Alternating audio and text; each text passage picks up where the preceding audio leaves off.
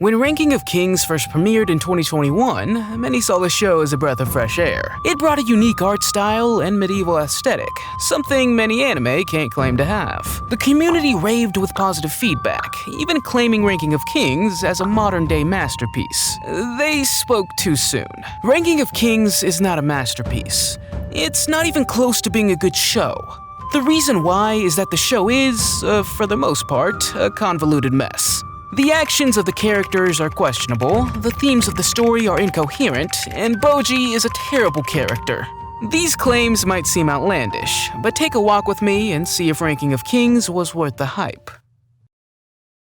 Ranking of Kings' story is a jumbled mess. To lay the groundwork, it's a story about Boji. He wants to become king, but he's not naturally gifted. He's deaf and mute. These disabilities make Boji seem unfit for the crown. Boji is half naked in the first episode after his clothes are stolen. He still smiles after getting robbed, making the townspeople consider him stupid. We later learn that Boji goes back to the guy that robs him and gives him more of his clothes. Hilling, Boji's stepmother, notices that Boji has been coming home with no clothes, so she tells him that he's not fit to be king. Whether you like it or not, Boji is not the right guy. He's far too naive. This has nothing to do with his disabilities. The queen is right. This all suggests that Boji's journey will be about him becoming a better judge of character. He'll find a way to provide for himself and stop people from using him. Despite his lack of fortune, he can still prove his suitability for the throne. Well, forget about all of that. Boji's character arc is just about learning one fighting technique that solves all the issues that prevent him from being king. This isn't entirely bad, as learning one technique can help Boji learn self-respect and wisdom. But that doesn't happen. While Boji doesn't seem fit to be king, he does have some redeeming qualities. He has an amazing ability to dodge and evade incoming attacks. The kingdom looks down on his fighting style, as it doesn't lead to ending a fight. It's seen as cowardly and dirty. Boji even loses a sparring match to his brother due to this issue. Boji's told to not dodge and actually fight. This leads to Boji getting severely injured. Kage, the shadow following Boji, gives him the support he needs since he thinks Boji won the fight. Now Boji has someone in his corner who believes he can be king. Ranking of Kings plays on Boji's and Kage's similarity of being mistreated by society. Ranking of Kings shows us not to judge a book by its cover. People judge Kage and automatically assume he's a bad person, since people like him are seen as assassins. People judge Boji and think since he's naive and can't fight properly that he can't become king. Well, if you paid attention to the show, Ranking of Kings does the opposite of what it intends to do. There's a good reason not to trust Kage. He uses Boji in the first episode. There's a good reason to believe Boji shouldn't be king since he's so naive. But this is just the start of the story. Maybe it would be improper to judge so quickly. If you finish the show, these issues are never fixed. Boji is just as naive, and Kage is still treated badly. Boji becomes king in the last episode, but gives it up like the whole journey meant nothing. He learns not to be responsible for his people, and that he should just go outside and have fun with Kage and build his own kingdom. Did Boji ever think he could bring Kage into the kingdom and try to get everyone to accept him? Did Boji ever think about what it means to become a king? Well, no, because Boji's not a well-written character, and being a king is just a prop. All of Boji's perceived growth comes from his training with Prince Despa. Prince Despa is the son of a god and brother to King Desha and Okin. Despa lucked out in the genetic lottery and didn't receive his divine powers like his brother, but was blessed with stunning looks. Boji and Kage find Prince Despa to make Boji stronger. Sadly, we find out that Boji can never become strong. Luckily, Despa has a plan to get around that issue. He trains Boji in a way that allows him to fight even while not having strength. This training is kept from the audience, and we only get a scene where Boji seemingly splits a giant rock. This could be a good decision to help build anticipation for the big reveal of Boji's power, but it doesn't allow the audience to see how Boji grows from the experience. We don't see how his training changes him as a person. Better yet, why does Prince Despa not use his own training method to become more powerful? We know he gets into street fights and was born with a lack of strength compared to his brothers. So why doesn't he learn from his own methods and become a stronger person? This was my initial thought when watching the show, so I assumed that Prince Despa was a fraud. Oddly enough, the show even plays with this idea, as Kage doesn't believe Despa's the real deal, since he keeps Kage in the shadows. Pun intended. However, we learn that Despa was the real deal. The writing of the Ranking of Kings comes from the school of subverting expectations for the sake of subverting expectations. Instead of doing something that is set up by the story and makes sense in the narrative, it tries to trick the audience for no reason other than to trick the audience. It willingly sacrifices any somewhat of well-told story just to trick the audience and pretend it's well-written. Instead of having a training arc where the character grows and learns a lesson to fix their problem, Ranking of Kings doesn't show the audience this growth. It has everyone in the cast tell us that Boji has changed, and confuses the audience with Despa's characterization. Once Boji leaves the underworld, every character keeps talking about how Boji has changed. But has he? Nothing changed about him as a character, and the audience did not see the training to understand what Boji went through or learned on a personal level. The show just tells you he changed, and you're forced to agree. If anything, Boji has regressed as a character. Another of Boji's defining character traits is his ability to forgive.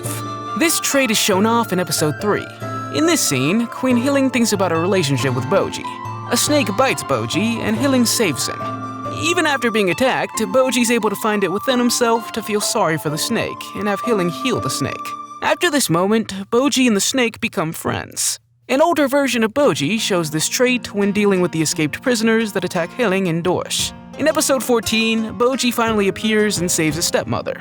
He takes out the evil goblin, and his snake friend is saved. After attempting to kill Dorsch, Hilling, and Boji's snake friend, Boji finds it somewhere deep in his heart to forgive the goblin guy. This could be seen as cliché or corny, but the show's trying to deliver a message of forgiveness and is consistent on how it shows. So I don't have a problem with this scene. However, Boji finds a way to do a complete 180 on his characterization when he can't forgive Domus. In fact, Boji's afraid to even look or speak to Domus. Domus attempted to kill Boji by pushing him into the underworld. Given Boji's pattern of forgiveness, you would expect Boji to forgive him, especially if Domus is sincere in his regret. Well, that's not the case. When Boji's in the presence of Domus, he has a panic attack. Kage snaps Boji out of it. When Boji and the gang finally get the Underworld Knights to leave, Domus has his opportunity to make things right and properly apologize to Boji. Domus lays his head on the ground and finally apologizes to him. Domus, out of any character we've seen so far, deserves forgiveness, as we've seen him struggle over his order to kill Boji. But Boji doesn't find it within himself to forgive. Kage even goes to the extent of claiming that forgiveness does not come so easily.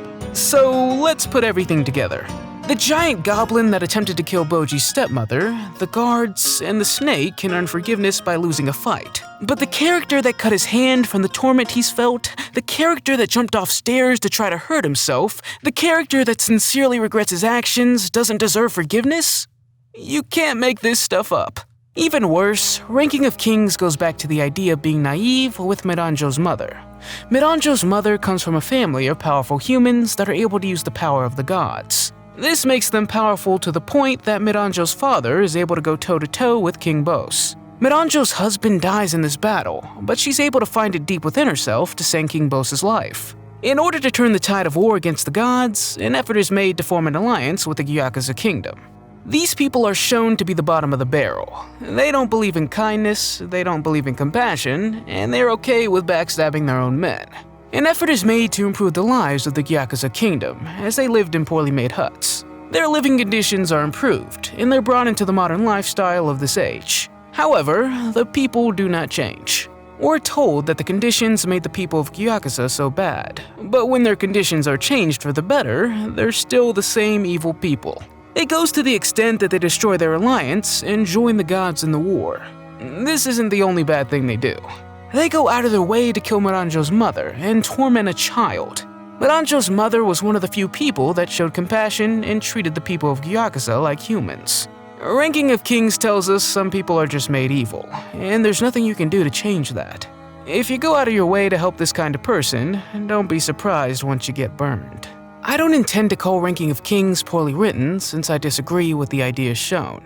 It's bad writing since the show gives an incoherent message, and the actions of the characters don't make sense. Miranjo, the woman in the mirror, and King Bos are shining examples. Miranjo is the main antagonist of the story and is responsible for most of the conflict. She plans to destroy the kingdom and travel with King Bos, who she revived by stealing Prince Daida's body. But her way of going about things is strange. First, how King Bose feels about the whole situation is strange. He seemed to be working as a double agent. On one hand, he's telling Miranjo how he approves of killing Hyling. Then, on the other, he's making sure Hyling has someone to protect her. Then dancing on the day of her assassination as if it were a special day. Trying to piece things together, I could guess that King Bose wants to bring Miranjo's desires to life, but still cares about his family to some degree. We know this from his dance with Miranjo in episode 9. But he also chooses to fight Boji for some reason, and says I sacrificed another son at the end of episode 7. Also, he lets the prisoners put him in jail for some reason, and Miranjo's okay with this for some reason. Don't forget the whole purpose of Miranjo getting more monsters and prisoners was to start a new era with King Bose. This is shown at the 16-minute mark of episode 9. With this info in mind, it's confusing that Miranjo suddenly doesn't show any plan when bringing the escaped prisoner into the kingdom, and lets them put King Bose in prison. Did Miranjo figure out that King Bose was working behind her back? And did she do all this to trick King Bose? Well, no. It kinda just happens. Overall, Ranking of Kings is one of the most bizarrely written shows I've ever seen. Nothing makes sense if you pay attention. The story tells us to forgive, but don't forgive. It tells us when you're king, you don't have to worry about the bad things you do. Prince Daida ordered the assassination of his own brother, but he doesn't have to worry about the consequence.